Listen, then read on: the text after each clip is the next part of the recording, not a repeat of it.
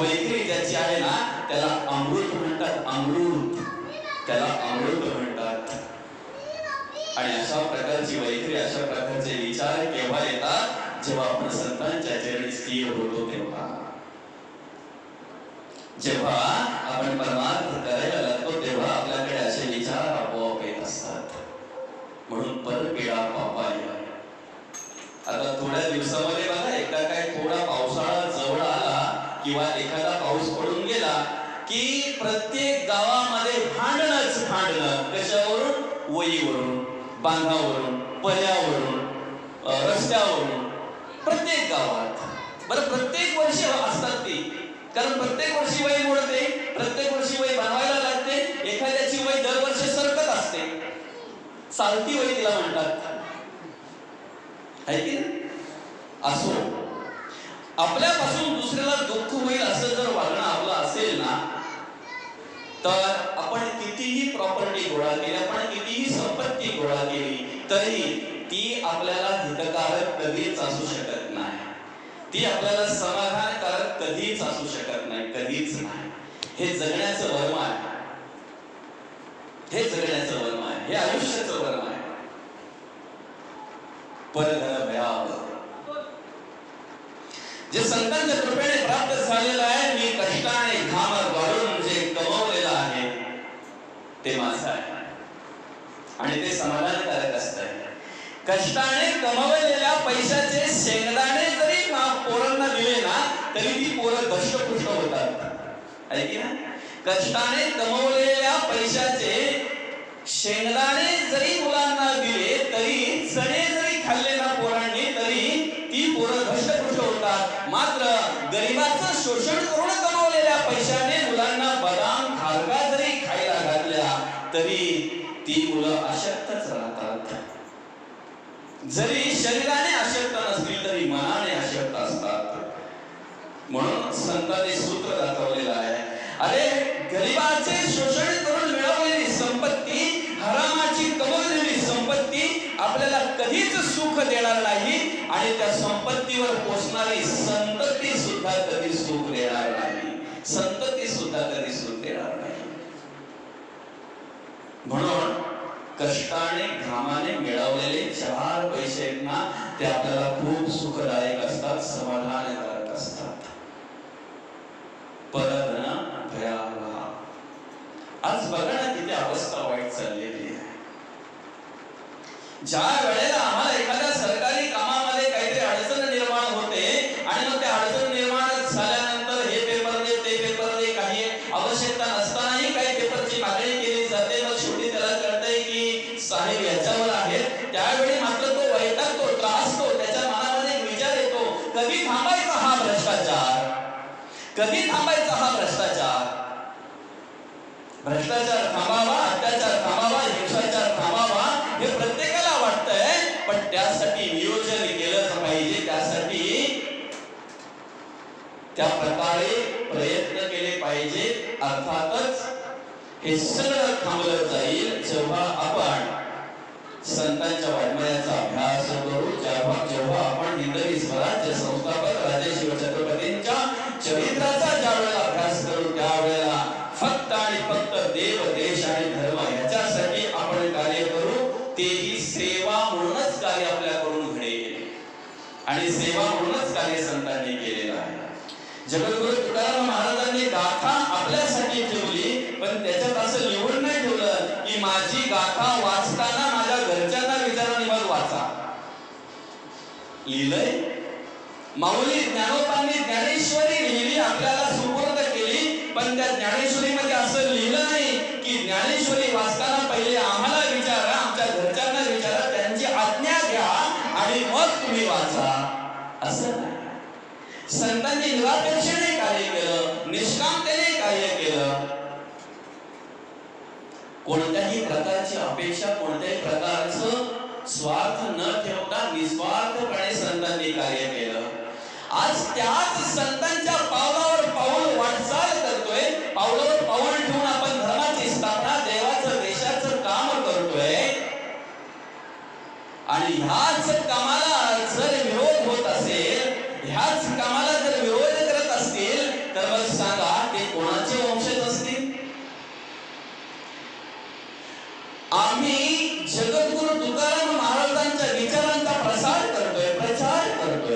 आम्ही जगद्गुरू तुकाराम महाराज नाही, पण त्यांच्या विचारांचा प्रचारक आहोत, त्यांच्या विचारांचा प्रसार करतोय. तशी भक्ती घडावी, तसा परमार्थ घडावा, अशा प्रकारे आम्ही प्रयत्न करतोय. त्यांच्या पावलावर पाऊल ठेवून वाटचाल करण्याचा प्रयत्न करतोय, जेणेकरून धर्माची स्थापना कशी घडेल, धर्माचे विचार, देवाचे विचार आणि देशाचे विचार प्रत्येकाच्या मनामध्ये कशा प्रकारे निर्माण होतील, यासाठी आम्ही प्रयत्न करतोय.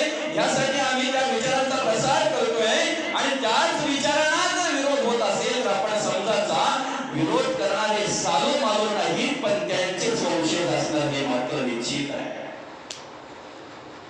कारण आम्ही तुकाराम महाराज नाहीत ना, ऐकी ना, पण त्यांच्या विचाराला, त्यांच्या विचाराचा प्रसार करण्यासाठी जर आम्हाला विरोध होत असेल तर आपण समजावं, ही सालू मालूचीच आहे. ज्यांनी तुकाराम महाराजांना विरोध केला हे त्यातलेच आहेत असं म्हणायला हरकत नाही. ज्या ज्ञानोबांनी आम्हाला 18 अध्यायी ज्ञानेश्वरी दिली, उपायुष्य परमार्थ केला, भक्ती केली, योग शिकविला, परमार्थ शिकविला, कशा प्रकारे आपण राहावं त्याचं मार्गदर्शन केलं, कशा प्रकारे आपण जगावं त्याचं मार्गदर्शन केलं. बरं, शेवटच्या वेळेला देवाकडे मागितलं, विश्वात्मक देवाकडे मागितलं ज्ञानोबांनी, पण स्वतःसाठी नाही, स्वतःसाठी नाही काही मागितलं. माऊली ज्ञानोबांनी विश्वात्मक देवाकडे मागितलं. काय मागितलं? आता विश्वात्मक देवे येणे वाग्यज्ञ तोषावे, तो सोडी मत द्यावे बसाय दान हे. काय मागितलं? जे खळांची वेंकटी सांडोपया सत्कर वरती वाळो होता परस्परे जडो मैत्र जीवांचे, दुरितांचे तीर जाओ विश्व स्वधर्म सूर्य पाहो, जो जे वांछिल तो ते लाभो प्राणी साथ. काय मागितलं? ज्याला जे हवं त्याला ते प्राप्त करून द्या देवा. परमार्थ भक्ती करण्यासाठी प्रत्येक माणसाला सामर्थ्य द्या. देवाचं आणि देशाचं आणि धर्माचं कार्य करण्यासाठी प्रत्येक माणसाला ती सद्बुद्धी द्या आणि ते कार्य प्रत्येक माणसाकडून करून घ्या.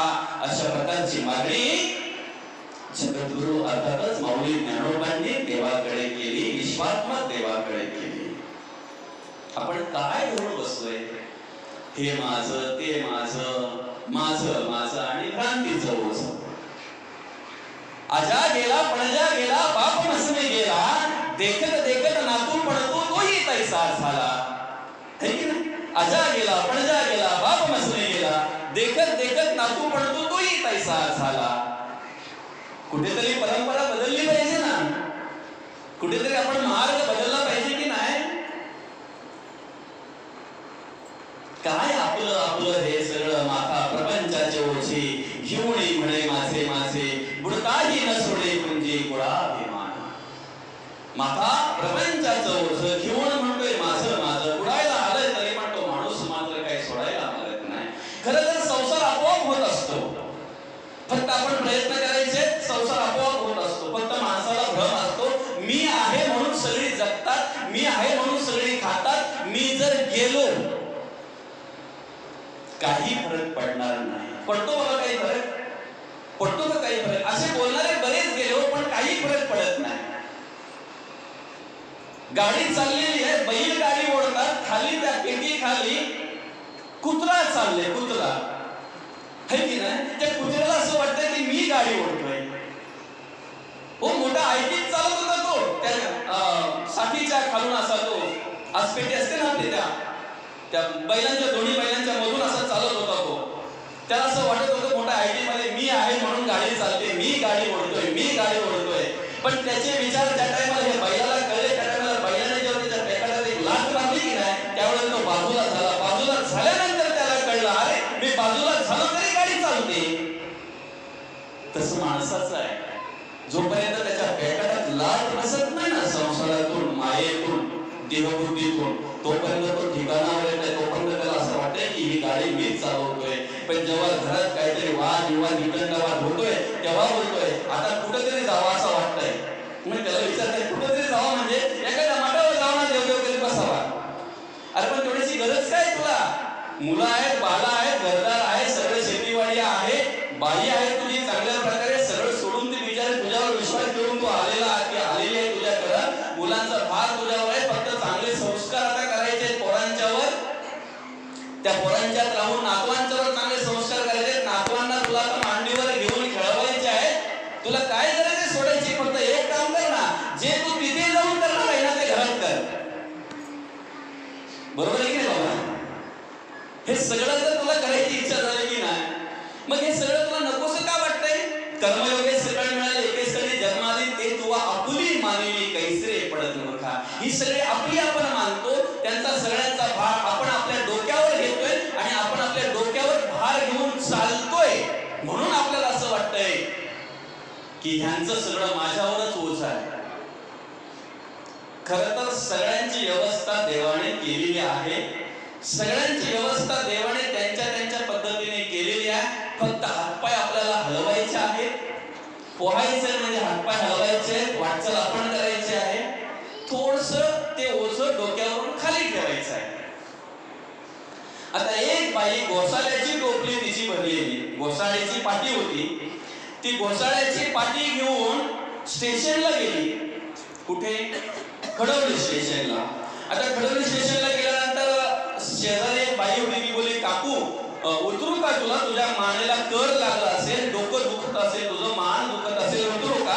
तेवढ्यात ती म्हणते, नको नको, गाडी आली का परत मला डोक्यावर घ्यावंच लागणार आहे आणि गाडीचा टायमिंग तर झालेला आहे. बरं मग ठीक आहे, चला. तेवढ्यात गाडी आली, गाडीमध्ये चढली.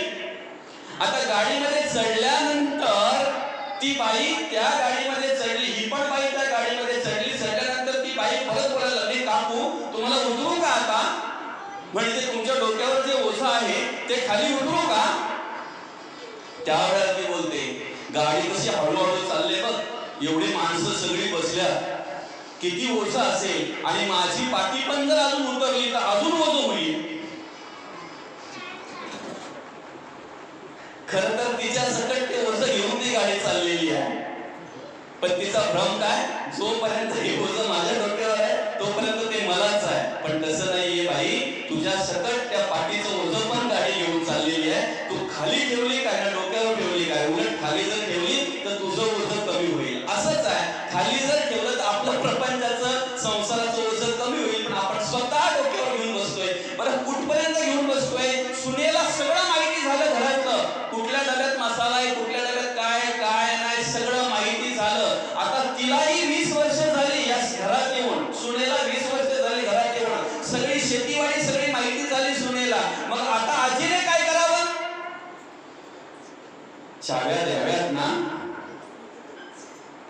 अजून जर ती हारप्यामध्ये मसाला ठेवत असेल, त्या मसाल्याच्या चाव्या जर तिच्या कमरेत ठेवत असेल, तर सांगा या बाईला संसार सुटेल? अहो एकच केस फक्त दशरथाने आपल्या एक केस कानाचा पिकलेला फक्त बघितला. दशरथाने एक कानाचा केस फक्त पिकलेला बघितला, त्याच दिवशी निर्णय झाला, त्याच दिवशी निर्णय केला की बस आता श्रीरामाला गादीवर बसवायचं, आता आपण निवृत्त व्हायचं, आता आपण निवृत्त व्हायचं. आम्ही दाय करून करून काळे करतोय, करावं, करू नये का? पण एकदा काय आपल्या मुलाला सगळं समजायला लागलं, त्याच्यावर तसे संस्कार करा, पण आधीच टिकवेल असा, नाही तर आपण त्याच्याकडे द्यायचो ना, आपण ठेवलेलं पण सगळं घालून टाकायचं असं नको. त्याच्यावर तसे संस्कार पाहिजे, त्याला तशी वळण पाहिजे, वागणूक पाहिजे, त्याला कुठल्याही प्रकारचं व्यसन नको, तो निर्व्यसनी असावा. व्यसन असेल तर देऊच नाही. मग आजोबांनी शेवटपर्यंत आपल्या जवळ ठेवावं, देऊ नये. आपण निर्व्यसनी असेल, चांगला परमार्थिक असेल, चांगलं सरळ जर कळत असेल, त्याची इच्छा जर असेल की बाबांनी जे केलंय त्याच्यापेक्षा मी डबल करेन, अनेक करेन, पुढे अजून अजून अजून उत्तर माझी प्रगती होईल, असं जर त्याला वाटत असेल तर नक्कीच तो विचार आपण करायला त्यावेळेला हरकत नाही. म्हणून पहिल्याच चरणामध्ये जगद्गुरु तुकाराम महाराज आपल्याला ओळख करून देतात. सोयरे धायरे दिल्या गेलेल्याचे अंत हे काळीचे कोणी नाही. अंत काळीचा कोण आहे? आपल्या डोक्यावर जर एखादं ओझं असेल ना, तर ते आपली मुलगी घेईल, मुलगा घेईल, आपले शेजारी घेतील. पण पापाचा किंवा पुण्याचा जे काही असेल ते कोणी घेऊ शकत नाही, त्याला कोणी वाटेकरी नाही, पापालाही नाही आणि पुण्यालाही नाही. मग आपण काय गोळा केलं पाहिजे आपलं आपण ठरवायचं. ऐक ना, ही बहीण माझी, तो भाऊ माझा आहे ना, कर्मयोगाने मिळालेले आहेत ना, त्यांची सेवा करणं आपलं कर्तव्य आहे आणि एकत्र राहिलोच पाहिजे. येणं जाणं पाहिजे बहिणीचं भावाकडे, भावाचं बहिणीकडे, त्यांची विचारणा केली पाहिजे. त्यांना काही कमी असेल ते आपल्याकडे जर असेल तर आपण दिलं पाहिजे, देवाने घेवाण ठेवली पाहिजे. पण एवढी पण नको का फार सहीसाठी बहीण भावाला मरते आणि भाऊ बहिणीला मरतोय, एवढ्यापर्यंत नको. ऐकी ना. मग शेवटी तो विषय कुठपर्यंत जातोय, कशासाठी? अरे आपण लोकांना सांगतोय काय नाही कुणाचे कोणी तुझे नव्हे, कोणी अंती जाचे एकला रे प्राण्या माझे माझे म्हणून. बंधू कुणाची, बहीण कुणाची, कुणाचे सगळे स्वेरे, मेल्या पाठी सर्वच राहील, कुठतील धागे दोरे प्राण्या मायेचा बाजार. दो दिशाची तुझी जवानी नाही पुढे टिकणार रे, वृद्धपण येता जवळी वैद्य काय करणार, प्राण्या मायेचा बाजार. नाही कुणाचे कोणी तुझे नव्हे रे कोणी, अंती जाचे एकला रे प्राण्या माझे माझे म्हणून. एखादा माणूस मेल्यानंतर त्या माणसाला ज्या वेळेला आपण स्मशानभूमीकडे घेऊन जातोय ना, त्या वेळेला काय बघायला पाहता, माणसाच्या नाही काय नाही कोणाच्या बरोबर येत, माणसाच्या बरोबर करकोट आपण येत नाही. तो माणूस बोलता बोलता गेला, चालता चालता गेला, असं झालं तसं झालं, बिचाऱ्याला वाटलं पण नसेल की मी जाईल म्हणून. एकदा त्याला अग्नी देऊन माणूस मागे फिरला की लगेच बोलतोय हा आवाज आमचा आहे,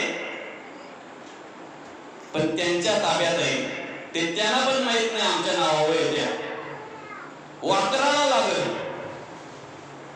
आता किती वापरतोय अजून,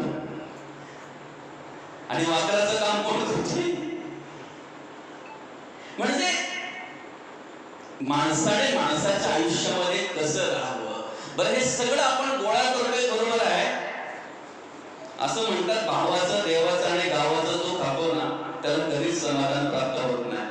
म्हणजे कशा प्रकारे राहिलं पाहिजे, कशा प्रकारे वाटचाल केली पाहिजे, सगळ्यांना सांभाळून सगळ्यांची मन राखून जर आपण जगलो राहिलो, आपल्या आयुष्याची वाटचाल केली, तर हे सगळे देह गेल्यानंतर, शरीर गेल्यानंतर विचाराची आठवण काढत असतात. याला म्हणतात मारावे परी कीर्ती रूपी घोडा. अन्यथा सगळ्यांना त्रास देऊन जर आपण आपलं मार्गक्रमण केला, आपण जीवन जगलो, तर शरीर जरी गेलं तरी लोक काही वाईटच बोलत असतात, वाईटच सांगत असतात, उलट काही बोलत असतात, बरं झालं गेला. असं नको. म्हणून सगळ्या गोत्र बहिणी सुखाचे सांगती, मोकळून देते अंतकाळी. मग अंतकाळी सोडवणार कोण आहे? तुका म्हणे तुला सोडविना कोणी, एक चक्र पाणी वाचवणे. एक चक्र पाणी शिवाय कोणी सोडू शकत नाही. मग कर्मयोगाने सगळे मिळालेले आहे, त्यांची सेवा करणं आपलं कर्तव्य आहे, आद्य कर्तव्य आहे. यांची सगळ्यांची सेवा करणं. आपल्या घरात राहत असताना आपण कशा प्रकारे राहिलं पाहिजे. काय झालं, एक कुटुंब राहत होतं आणि चांगल्या प्रकारे अगदी गुण्या गोविंदाने सगळं चालू होतं. आजी आजोबा त्या ठिकाणी राहत होते, त्यांची मुलं त्यांची नातवंड मस्त राहत होते.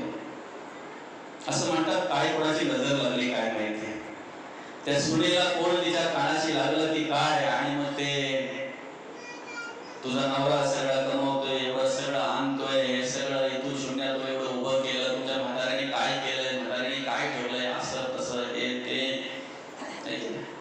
तिच्या विचारामध्ये बदल झाला, तिच्या राहण्यामध्ये बदल झाला, तिच्या वागण्यामध्ये बदल झाला.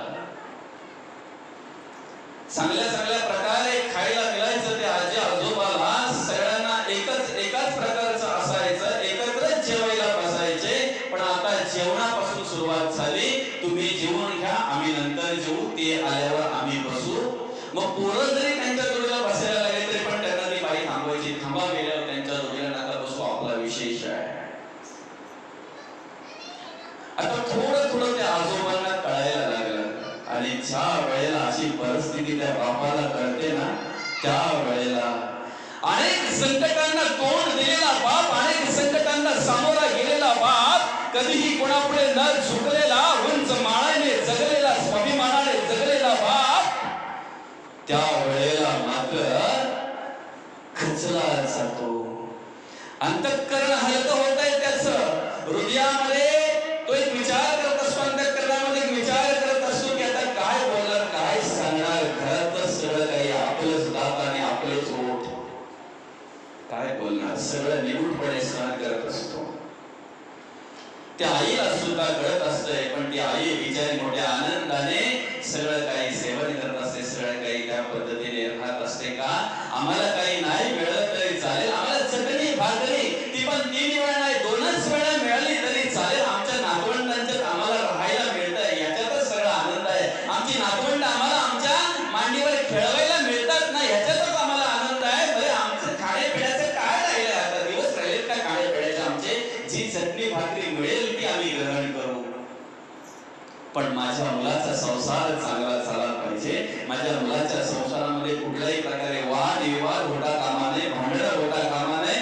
तो चांगला राहिला ना, तो आनंदी राहिला ना, तो समाधानी राहिला ना, त्याच्यातच आम्हाला समाधान आहे. अशा प्रकारची ती आई विचार करत होती. आई हा सुखाचा सागर आहे. माणसाच्या जीवनामध्ये जीवनाच्या वाटेवरती आहे त्यांचा मोठा आधार. आई वडील माझे थोर, काय सांगू त्यांचे उपकार. जीवनाच्या वाटेवरती आहे त्यांचा मोठा आधार. नान्नोदत समाधानं न तिथोद्वादशा समहा, न गायत्री परमंत्रो न मातृ पितृ परदेवता. असं म्हणतात की आई वडिलांसारखं दैवत नाही, आई वडिलांसारखं दैवत नाही. आई मायेचा सागर आहे. बाप आधाराचा आधार स्तंभ आहे, आधार स्तंभ आहे. तो खोट मध्ये जरी पडलेला असला ना तरी बाप आहे. तो खाटेत जरी पडलेला असला तरी आधार आहे. तो आधार देत असतो. त्याने एकदा मुलाच्या नुसत्या डोक्यावरून जरी हात फिरवला ना तरी मुलाला बळ येते, सामर्थ्य येते, प्रसंगाची लढण्यासाठी ताकद निर्माण होत असते. आईने नुसता पाठीवरून मायेचा हात जरी फिरवला ना तरी मायेचा हात तो प्रेमळ आणि ते प्रेम निर्माण करत असते. त्या मुलाच्या पिंडामध्ये जगण्याचा मार्ग मिळत असतो, जगण्यासाठी ऊर्जा निर्माण होत असते. आता परिस्थिती झाली अशी की अधिक हाल व्हायला लागले त्या म्हातारीचे, त्या आजोबांचे. आजोबा विचार करायचे, एकत्र कुठेतरी बसायचे असे एकांतात आणि फक्त विचाराने फक्त विचारच करायचे. कारण विचार करण्या पलीकडे त्यांच्याकडे काही राहिलंच नव्हतं. बोलायला जाईन तर यांच्या घरामध्ये वाद होईल. मी माझ्या मुलाला सांगेन तर मुलगा तिला बोलेल, तिला बडबडेल, याच्या घरामध्ये भांडणं होतील आणि मला ती पाहायची नाही, मला ते नको आहे. म्हणून विचारे दोन्हीपणाचे आजोबा जे होईल ते सहन करायचे, जे असेल ते सहन करायचे. आता मात्र ती सुनबाई काय करायला लागली, त्या मुलांना धरून करून बोलायला लागली. आजीला आजोबाला लागेल असं, ही गेली बोझ आहे, ती गेली आम्हाला त्रास देणार आहे, ती पहिले आम्हाला पोचवतील मग जातील. अरे बापरे बापरे बापरे, काय काय काय काय. आणि अशा नको नको त्या बोलल्याने ते आजोबा अजूनच खचून गेले, अजूनच खचून गेले. शेवटी एक दिवस असा आला की त्यांनी जगाचा निरोप घेतला. एक दिवस असा आला की त्यांनी जगाचा निरोप घेतला. राहिली आजी. कालांतराने आजी घरात दिसत नाही म्हणून मुलांनी त्या बापाला विचारलं, त्या वडिलांना विचारलं, आई बाबा आजी काही दिसत नाही. त्यावेळेला त्यांनी सांगितलं, अरे बाबा आजी आहे ना आपली गावाला गेलेली आहे, आजी आहे ना आजीला आत्याकडे पाठवलेली आहे, आत्याकडे आहे, काही दिवस राहणार आहे आणि मग येणार आहे. 1 महिना झाला, 2 महिना झाला, 4 महिने झाले, वर्ष झाला. आता पोरं विचारतायत, आता नातवंड विचारतायत, बाबा अजून आपली आजी येत नाही, बरेच दिवस झाला आजी गेली, अजून येत नाही. बाप म्हणतोय आजीला तिकडे करमलंय, आजी तिकडे सुरक्षित आहे, आजी तिकडे चांगली आहे. मी घ्यायला गेलेलो पण आजी बोलते, बा मी इकडे चांगलं आहे, सुरक्षित आहे, मला इकडे करमलंय, मी इकडेच राहते. आणि मग परिस्थिती अशी झाली की मुलांची सहल गेली एका वृद्धाश्रमामध्ये. त्याच मुलांची शाळेची सहल गेली एका वृद्धाश्रमामध्ये. त्या वृद्धाश्रमामध्ये ती मुलगी ज्या वेळेला गेली त्या वेळेला बघितलं माझ्या आजी सारखीच आहे, म्हातारी आहे, आजी आहे, सेम माझ्या आजी सारखीच आहे. ती आजी पण त्या मुलीकडे टकमक टकमक पाहायला लागली. आता माझी नाटक आहे खूप मोठी झाली, वर्ष 2 वर्ष पण पाहते मी. दोघी एकमेकीकडे पाहायला लागल्या, दोघींनी एकमेकीला ओळखली, जी मिठी मारली, जी मिठी मारून रडायला लागल्या. आता मात्र त्यांचं दोघींचं रडून कोणी थांबू शकत नाही अशी अवस्था झाली. सगळे विद्यार्थी पाहायला लागले, ते शिक्षक पाहायला लागले, तिथे जेवढी सगळी मंडळी होती त्या वृद्धाश्रमातले जे आजी आजोबा होते ते सगळे पाहायला लागले. आणि मग त्यांनी सांगितलं, त्या आजीने सांगितलं, अरे माझी नात. त्यावेळेला ती नात बोलली, माझी आजी. आजी आलो म्हणे, मला माहितच नाही तुला वृद्धाश्रमात टाकले ते. मला आई वडील सांगत होते की आपल्या आत्याकडे गेले, आज येईल उद्या येईल. आता मात्र अशी परिस्थिती झाली की त्या मुलीने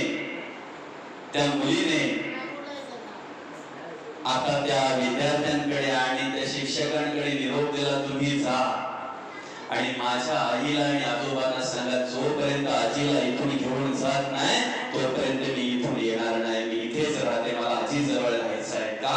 त्या आजीने दिलेला प्रेम, त्या आजोबांनी दिलेला प्रेम, त्या आजीच्या मांडीवर बसवून ती आजी बिचारी तिला घास भरवायची, काऊचा चिवचा करून तिच्या तोंडामध्ये भरवायची. कधी जर आई रागावली तिची, कधी जर आईने 4 फटके मारले तर ती आजीच्या कुशीमध्ये जायची. आता मात्र तिला ती कुसच नव्हती, ती कुस तिला परत मिळावी म्हणून तिने हट्ट धरला, जर माझ्या आजीला घरी नेणार तरच मी घरी येईन, अन्यथा येणार नाही. त्या वेळेला त्या आई वडिलांना तिच्या कळलं की आपल्यापासून बाळ बाजूला झाल्यानंतर काय अवस्था होते. त्या बाळासाठी, त्या मुलीसाठी त्या आजीला त्यांनी घरी आणली आणि मग त्यांना कळलं की ज्या वेळेला ही आजी आपल्यापासून बाजूला झाली होती त्यावेळेला तिच्या अंतःकरणामध्ये काय वाटलं असेल. अरे काय लागतंय आजी आजोबांना, काय लागतंय जगायला, काय लागतंय राहायला आणि काय लागतंय खायला. त्यांना त्यांची काही अपेक्षा नसते, पंचपक्वान्न तुम्ही रोज द्यावेत अशी अपेक्षा त्यांची नसते. तुमच्या घरात जे शिस्त आहे ना तेच त्यांच्या पुढ्यात ठेवा. फक्त त्यांच्या अपेक्षा एवढीच असते की माझ्या नातवंडांच्यात राहून मला राहायचं आहे, जगायचं आहे आणि शेवटचा जगाचा निरोप माझ्या घरात राहून मला घ्यायचा आहे. ज्या भारत देशामध्ये श्रीराम प्रभूंनी कार्य केलं, श्रीकृष्ण भगवान श्रीकृष्णांनी कार्य केलं, अनेक साधू पुरुषांच्या पदस्पर्शाने पावडा झालेल्या सर्वश्रेष्ठ संस्कृती असलेल्या हिंदवी स्वराज्यामध्ये आम्ही राहतोय, हिंदुस्थान मध्ये राहतोय. ज्या ठिकाणी एकदा बाईने 7 फेऱ्या मारल्या, एका पुरुषाने 7 फेऱ्या मारल्या एका पुरुषाबरोबर बाई बरोबर, की शेवटच्या श्वासापर्यंत एकमेकाची साथ सोडत नाही, शेवटच्या श्वासापर्यंत एकमेकाचा आधार म्हणून त्या ठिकाणी कार्य करत असतात, एकमेकाची सेवा करत असतात शेवटच्या श्वासापर्यंत. एवढी संस्कृती चांगल्या प्रकारे असलेली माझ्या भारत देशाची संस्कृती, माझ्या हिंदुस्थानची संस्कृती, या हिंदुस्थानच्या संस्कृतीचा अभ्यास इतर देशातल्या लोकांनी करावा, परदेशातल्या लोकांनी करावा आणि आमच्याच देशामध्ये आज आम्हाला कितीतरी घटस्फोटित प्रकरण पाहायला मिळतात. हे दुर्भाग्य आमचं.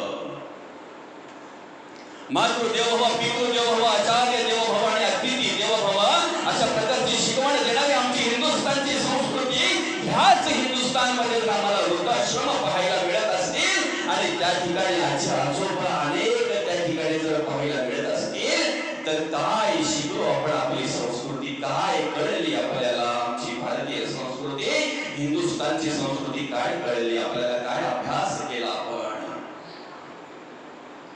म्हणून आई वडील हे महत्वाचे दैवत आहेत आपले. अरे बाप जर नसेल तर आपला बंगला पण सुना आहे, बाप जर नसेल तर आपला बंगला पण सुना आहे आणि बापाला कमी लेखतोय हाच तर मोठा गुन्हा आहे, बापाला कमी लेखतोय हाच तर मोठा गुन्हा आहे. आयुष्यातील कुठलाच पान बापाशिवाय हलत नाही, आयुष्यातील कुठलंच पान बापाशिवाय हलत नाही आणि घरातील कुठलंच सुख बापाशिवाय फुलत नाही, घरातील कुठलंच सुख बापाशिवाय फुलत नाही. जमीन आणि जागेशिवाय बापाजवळ आहे तरी काय, जमीन आणि जागेशिवाय बापाजवळ आहे तरी काय, असं म्हणणाऱ्यांना म्हणावं तरी कसं आणि काय, असं म्हणणाऱ्यांना म्हणावं तरी कसं आणि काय. आवत कमी असून सुद्धा सर्वांची हौस पुरवायची असते, आवत कमी असून सुद्धा सर्वांची हौस पुरवायची असते आणि म्हणूनच बापाचं वय घरातल्या सर्वांपेक्षा जास्त असतंय आणि म्हणूनच बापाचं वय घरातल्या सर्वांपेक्षा जास्त असतंय. फक्त तो बाप कळला पाहिजे जिवंतपणे, बाप कळला पाहिजे, आई कळली पाहिजे जिवंतपणे. इंद्रिय जोपर्यंत चांगले तोपर्यंत इंद्रियांची किंमत कळत नाही. एकदा इंद्रिय निघून गेली त्यांची, डोळ्याची दृष्टी कमी झाल्यानंतर डोळ्याची किंमत कळते, कानाला कमी ऐकायला यायला लागल्यानंतर कानाची किंमत कळते, हातपाय चालायला कापायला लागल्यानंतर हातापायाची किंमत कळते. एकदा गेल्यानंतर मग मात्र मनुष्याची अवस्था प्राप्त होते की मग क्षणोक्षणी आई वडिलांची आठवण करत असतो. क्षणोक्षणी, कारण अनंत अपराध पोटात घेणार जगातलं एकमेव दैवत म्हणजे आई आहे. अनंत अपराध पोटात घेणार जगातलं एकमेव दैवत म्हणजे आई आहे. आणि आपल्या मुलाने उत्तर प्रगतीच्या शिड्यात चढून आपल्यापेक्षा मोठं व्हावं असं म्हणणार, असं ज्याला वाटतंय ना, ते विश्वातलं एकमेव दैवत म्हणजे आपले वडील आहेत. म्हणून आई मुलाला कडीवर घेते का? जे मला दिसतंय ते माझ्या मुलाने पाहता यावं म्हणून आई मुलाला कडीवर घेते. बाप खांद्यावर का घेतोय मुलाला? आयुष्यात जे मला पाहता आलं नाही ना, ते माझ्या मुलाला दिसावं म्हणून बाप खांद्यावर घेत असतो मुलाला. आपल्या प्रगतीसाठी देवाकडे याचना करणारा, आपल्या प्रगतीसाठी देवाकडे प्रार्थना करणारा एकच दैवत फक्त बाप आहे. ज्या वेळेला मुलगा प्रगती पथावर चढतोय ना, शिड्या चढतोय ना, उत्तर त्याची संसारामध्ये, प्रपंचामध्ये, उद्योगधंद्यामध्ये प्रगती होत असते ना, त्यावेळेला छाती ठोकून बाप सांगत असतो, माझा मुलगा आहे. म्हणून आपण आयुष्यामध्ये अशी कर्म करावीत. आपण आयुष्यामध्ये असं राहावं की आपल्या कर्माकडे पाहून आपल्या बापाला, आपल्या आईला स्वाभिमान वाटला पाहिजे आणि छाती ठोकून सांगितलं पाहिजे, माझा मुलगा आहे, माझी मुलगी आहे. सुनेने सुद्धा अशा प्रकारे राहिलं पाहिजे. आपल्या आई वडिलांना तर आपला स्वाभिमान असलाच पाहिजे, पण आपल्या सासू सासऱ्याने सुद्धा छाती ठोकून सांगितलं पाहिजे, सून नाही, मुलगी आहे ती माझी. अशा प्रकारे राहिलं पाहिजे. अशा प्रकारे कर्म, अशा प्रकारे कार्य केलं पाहिजे. खऱ्या अर्थाने या ठिकाणी त्यांच्या या स्मरणार्थ आपण हे प्रवचन सेवा आयोजित केलेली आहे. अतिशय चांगल्या प्रकारे या कशिवले परिवारातील एक आदर्शयुक्त व्यक्तिमत्व आपले बाबा कैलासवासी सीताराम कातोड कशिवले अगदी आदर्शयुक्त जीवन जगले. आपल्या मुलांवर चांगल्या प्रकारचा संस्कार केलं. त्यांची 4 मुलं, अरुण दादा, किरण दादा, प्रदीप दादा आणि राजेश दादा, त्यांच्या त्या सुना, सर्वांवर चांगल्या प्रकारचे संस्कार केले. आपल्या कुटुंबावर चांगल्या प्रकारे संस्कार केले. त्यांचे काका आहेत, पुतणे आहेत, भावाची मुलं आहेत, त्यांच्या सुना आहेत, भावजय आहेत. अगदी ह्या कुटुंबामध्ये राहत असताना सर्वांना प्रेम दिलं, सर्वांवर चांगल्या प्रकारचे संस्कार केलं, समाजाची सेवा केली, कुटुंबाची सेवा केली. घरात राहत असताना कोणाला काही नड असेल, कोणाला काही अडचण असेल तर ती सोडवण्याचं काम त्यांनी केलं. जेणेकरून एखाद्या गरीबाला आपल्याला कशा प्रकारे मदत करता येईल याचा विचार त्यांनी केला. शेतकरी म्हणून काम करत असताना अनेक मूलमजुरांना सुद्धा त्यांनी सहकार्य केलं. अशा प्रकारे आदर्शयुक्त जीवन ते जगले. त्यांचे हे चांगले गुण, त्यांनी त्यांच्या आयुष्यामध्ये केलेली चांगली कर्म, चांगले विचार, चांगले गुण जर आपण आत्मसात केले, त्यांच्या पावलावर पाऊल ठेवून जर आपण वाटचाल केली, जी समाज सेवा करण्यासाठी ते कमी पडले असतील, आपण जर समाज सेवा ती केली तर खऱ्या अर्थाने त्यांना आपल्याकडून भावपूर्ण आदरांजली अर्पण होईल. खऱ्या अर्थाने त्या विचार जर आपण आत्मसात केले, त्या प्रकारची कर्म जर आपण आत्मसात केली, तशा प्रकारची समाज सेवा, समाजकार्य, कुटुंबाची सेवा जर आपल्याकडून घडली तर निश्चित त्यांना आपल्याकडून भावपूर्ण आदरांजली अर्पण होईल. अन्यथा फक्त आपण त्यांच्या पावलावर पाऊल ठेवून चाललो पाहिजे. जे चांगले विचार त्यांच्या आहेत ना, चांगले गुण जे आपण आहेत ना, ते आपण आत्मसात केले पाहिजेत. बाकी काय आहे आपल्याला माहितीये, शेवटी देहाची माती होणार आहे, देह जाणार आहे आणि देह जाणार आहे. क्षणोक्षणी हाची करावा विचार, करावा या पार भव सिंधू नासिवंत देह जाणार, सकळ आयुष्य खातो काळ सावधान, संत समागमे करावी, आवडी करावी टाटली परमार्थाची, तुका म्हणे इह लुकीचे व्यवहारे नये, डोळे धुळे पूर्णे राहो. जाणार आहे नासिवंत. हा देह नासिवंत, मळमूत्राचा बांधा, वरी जन्म घातले कृमी कीटकांचा सांधा, रव रव दुर्गंधी रे अमंगळ तिचा बांधा, स्मरिता हरिहरा शरण जाई गोविंदा, या देहाचा परवसा पुत्र न धरावायसा, माझे माझे म्हणून या बहु दुःखाचा वळसा, बहुकट केले मृग जळाच्या आशा, तृष्णा सांडून या योगी गेले वनवासा, हा देह नासिवंत मल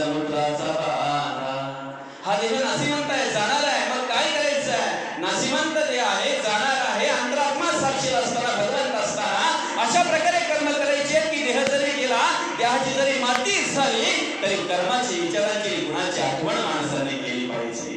कुठेतरी आपली आठवण आली पाहिजे. कुठेतरी आपल्याला आपली कमतरता जाणवली पाहिजे. समाजामध्ये, घरामध्ये, कुटुंबामध्ये जाणवली पाहिजे आपली कमतरता. कुठेतरी आपल्या चांगल्या विचारांचा आठवण झाली पाहिजे. आपल्या चांगल्या गुणांची आठवण झाली पाहिजे. अशा प्रकारे आपल्याकडून कर्म घडावेत. म्हणून संत म्हणतात आपले शरीर आपल्याचे पालके परावे होतील. त्यात नवल काय? आपलं शरीर आहे, हे आपलं शरीर असताना सुद्धा आपली सेवा करू शकत नाही ज्या वेळेला ते शील होते तेव्हा. आहे की नाही? म्हणजे जेव्हा एखाद्याला अर्धांग वायूचा झटका येतो त्या वेळेला त्याचाच हात त्याचं काम करत नाही, ते हात काम करत नाही म्हणून त्याचं काम करायला दुसऱ्याचे हात लागतात. ज्या वेळेला आपले पाय निकामी होतात त्यावेळेला आपले पाय आपल्याला सहकार्य करू शकत नाही, आपलं काम करू शकत नाही. आपले पाय ज्या वेळेला आपलं काम करू शकत नाही त्यावेळेला दुसऱ्याचा आधार घ्यावा लागतो. शरीर आपलं असताना जर आपल्याला साथ देऊ शकत नाही तर इतरांची अपेक्षा काय करावी आपण? म्हणून अंतःकाळी कोण नाही, अंतःकाळी कोण नाही. ऐक ना, नवरा बायको दोघजण एकत्र बसली होती. बऱ्याच दिवसांनी एकत्र बसली. बाका गोष्टी चालू झाल्या त्यांच्या. इकडे हे झालं, तिकडे ते झालं, गावात असं झालं, गावात तसं झालं. आणि मग पटकन त्यांच्या गावामध्ये की नाही तरुण माणूस गेला होता.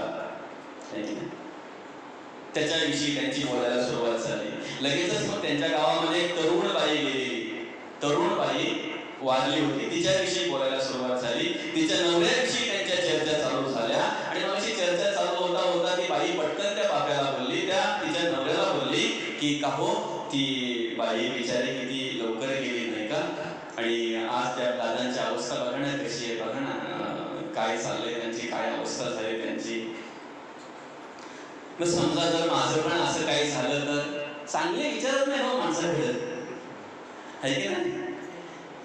पटकन ती बोलून गेली. समजा जर माझं पण असं काही झालं, घर टाकट आहे, चांगली 2-3 वाट्या जेवून बसले, चांगले विचार पाहिजेत ना. पण नवऱ्याकडून काढायचं होतं ना की माझं काय झालं तर हे काय करतील, आता काय करतील तो नंतरचा विचार तो नंतर आहे. आपण जिवंतपणे कशाला टेन्शन घेऊन मारायचं आधीच, आहे की नाही? पण तिला ऐकायचं होतं म्हणून ती बोलायला लागली. काय माझं जर असं काही झालं तर तुम्ही काय करा, काय करा? आता मला कल्पना पण करत नाही. मला तो विचार जरी डोक्यात आणला ना तरी अशा डोक्यामध्ये नुसतं कसं तरी झाल्यासारखं वाटतंय. अंगाचे काटे उभे राहतात. अंगाचा काटा त्याने त्याच्यावर उभा केला. हे बघ म्हणे लोक उभे राहिले बघ, माझ्या अंगाची काटा उभा राहिला माझ्या अंगाचा. तू नुसती बोलली तरी मी खूप चिंताग्रस्त होईल, मी खूप असं अकरा राहील, मी कदाचित ना तुझ्या विचारामध्ये वेळा पण होईल. हो वेळे व्हा, पण दुसरं लग्न नाही करणार ना. मग त्यावेळी तो बोलला की वेड्या माणसाचं काही सांगू शकत नाही, एकदा वेड्या झाल्यावर मग काय सांगू शकतो.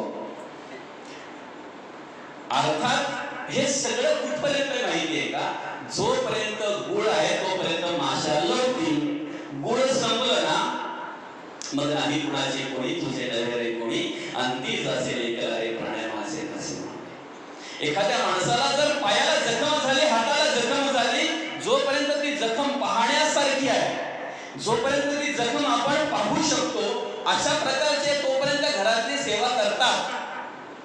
पण ज्या वेळेला अनेक दिवस होतात ती जखम चिघळली जाते, त्याच वेळेला आपलेच घरातले देवाकडे प्रार्थना करतात.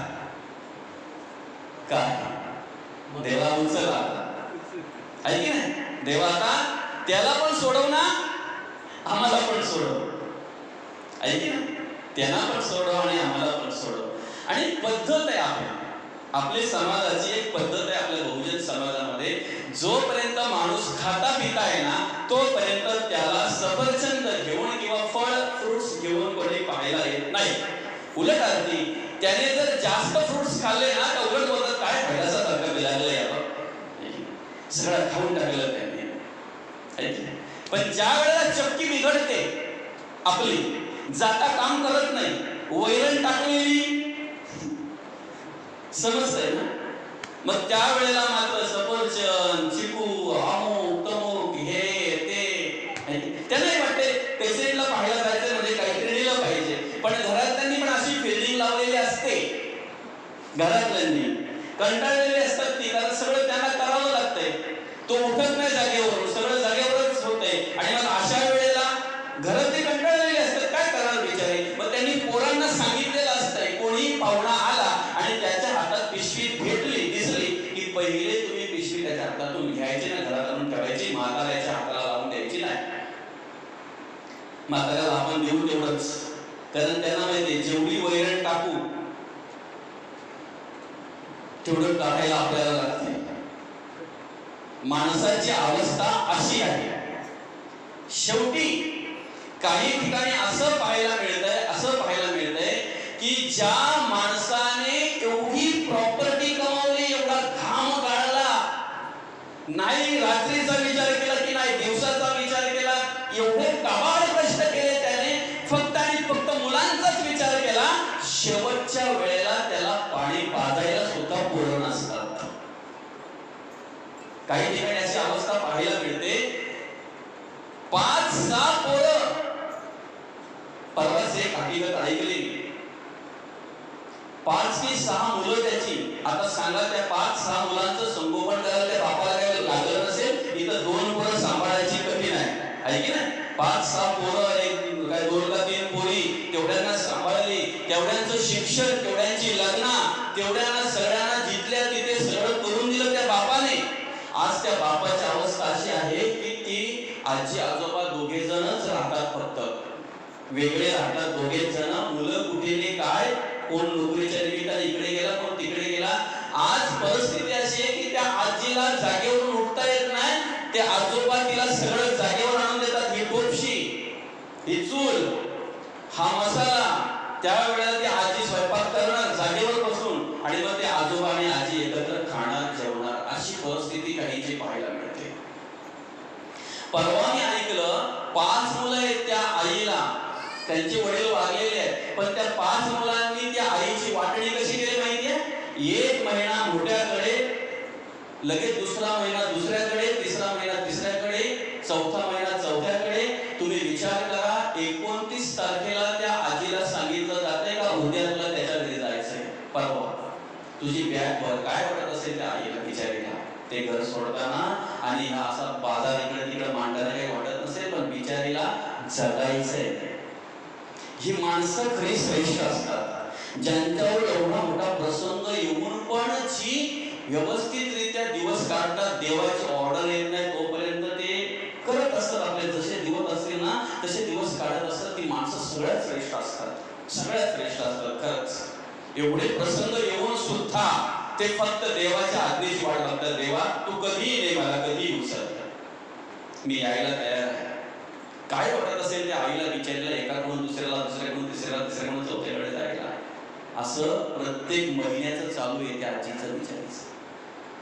खरंच आपण श्रीमंत आहोत, आपण श्रीमंत आहोत. भले आपण शेतीमध्ये काम करतोय, कुठे काबाड कष्ट करून 2 पैसे मिळवतोय, पण एवढे श्रीमंत आहोत की आपले आईवडील आपल्या घरात आहेत. आपले आईवडील आपल्या घरात व्यवस्थितरित्या आपल्या समोर जगाचा निरोप घेत आहेत अजून तरी. एवढे श्रीमंत आपण आहोत. आणि हीच श्रीमंती आपल्याला कामा येणार आहे. हीच सगळ्यात मोठी श्रीमंती आहे. हीच सगळ्यात मोठी श्रीमंती आहे. ज्या आईने स्वतःच्या मौज मजेचा कधी विचार केला नाही, ज्या वडिलांनी स्वतःच्या मौज मजेचा विचार कधी केला नाही, स्वतःला चांगले कपडे घेतले नाहीत, पण माझ्या मुलांना चांगले कपडे पाहिजे, स्वतः मात्र कधीतरी अनवाणी गेले, त्यांना वाहत नाही, चप्पल नाही पाहिला, बिचारा म्हातारा चाललेला आहे, कडक ऊन पडलेलं आहे, खाली जमीन तापलेली आहे, पाय भाजतायत, पण तरी सुद्धा स्वतःच्या चपलीचा विचार करत नाही का.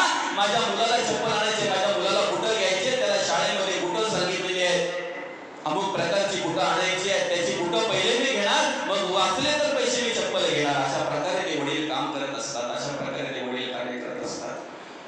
2 दिवसावर सण आलेला आहे, घरात काहीच नाहीये, माझ्याकडे पण पैसे नाहीये, कुठे एक्स्ट्रा काम मिळतंय का बघतोय. बिचारा एक्स्ट्रा काम शोधायला लागलं, एक्स्ट्रा काम मिळालं.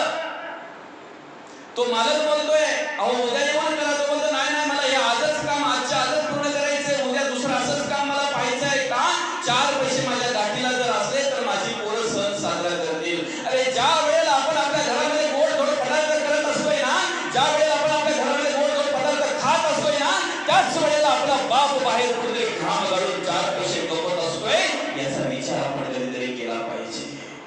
याचा अभ्यास आपण कधीतरी केला पाहिजे. त्याच बापाला ज्या वेळेला घरातून काढायची वेळ येते ना, त्याच बापाला ज्या वेळेला घरातून काढलं जातं, एकाने कुठेतरी टाकलं जातंय, त्याच बापाची ज्या वेळेला त्या आईची वाटणी होते ना, मोठ्याकडे एक आणि बारक्याकडे, त्यावेळेला त्यांच्या आयुष्यात सगळ्यात मोठं दुःख त्यांना होत असतंय. त्याच वेळेला गेली 50 वर्ष एकत्र संसार केला, 50 वर्ष एकत्र राहिली ज्या घरामध्ये, ज्या घराने उत्तम प्रकारे राहावं, ज्या घरामध्ये उत्तम प्रकारे राहता यावं, निवारा व्हावा म्हणून कुठे कुठे काय काय केलं बिचारांनी. रात्र नाही बघितले, दिवस नाही बघितलं, रात्रीच्या रात्री बैलगाड्या झुपून कुठेतरी जंगलात जाऊन 4 लाकडं आणावीत का, माझं घर उभं राहिलं पाहिजे. त्यावेळेची परिस्थिती. ऊन ताण नाही बघितलं, कुठेतरी एखाद्या नदीच्या काठावर जावं, तिथं कुठेतरी रेती पाहावी, ती रेती काढावी. ऊन पडलेला आहे, रखरखीत ऊन आहे, घराच्या बाहेर लोक पडत नाही, पण अशा वेळी तो बिचारा टोपली घेऊन रेती काढतोय का, माझं घर उभं करायचंय, माझ्या घराला प्लास्टर करायचंय, माझ्या घराचं बांधकाम करायचंय. अशा प्रकारे घाम गाळून कष्ट करून आणि कुठल्याही प्रकारची मौज मजा स्वतःची हौस न करता मुलांसाठी कमावलं, मुलांसाठी गोळा केला. तीच मुलं जर खालच्या दर्जाच्या विचाराने उभी राहत असतील, तीच मुलं जर त्या आईवडिलांना त्रास देत असतील, तर तेवढं दुःख, त्याच्यासारखं दुःख दुसरं कुठलंच नाही, कसलंच नाही. म्हणून आई वडील हे आपले प्रथम दैवत आहेत, मुख्य दैवत आहेत. आई वडील, त्यांची सेवा आपल्याकडून घडली पाहिजे, त्यांची सेवा आपण केली पाहिजे आणि ती सेवा आपल्याकडून घडली पाहिजे. असो, आजच्या या बाबांच्या